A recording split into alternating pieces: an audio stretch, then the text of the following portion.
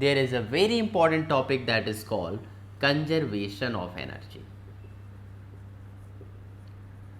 So see here, conservation of energy, we can say a law of conservation of energy.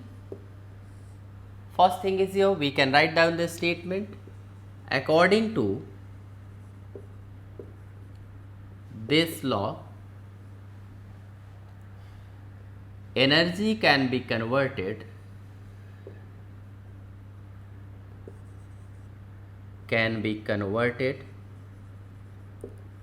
from one form into another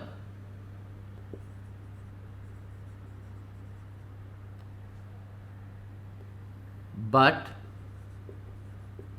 it is neither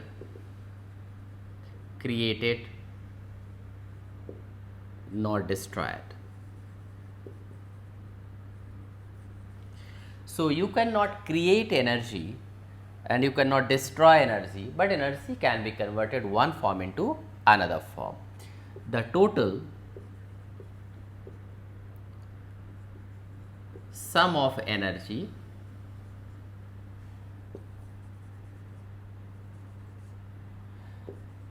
before and after transformation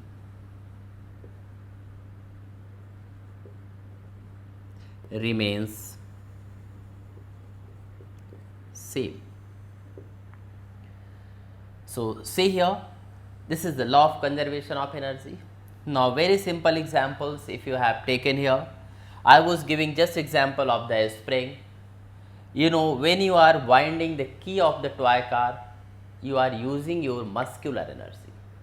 By using muscular energy, you wind up the car and you store potential energy. It means muscular energy gets converted into elastic potential energy of the spring. And when this elastic potential energy gets converted into kinetic energy, then it goes into the car runs and it gains kinetic energy. But if you will find here, so initially elastic potential energy is equal to final kinetic energy if there is no other form of energy. So similarly, if the ball is supposed dropped from a height, as the ball is dropped from a height, what happened? It hits the ground, it may rebounce.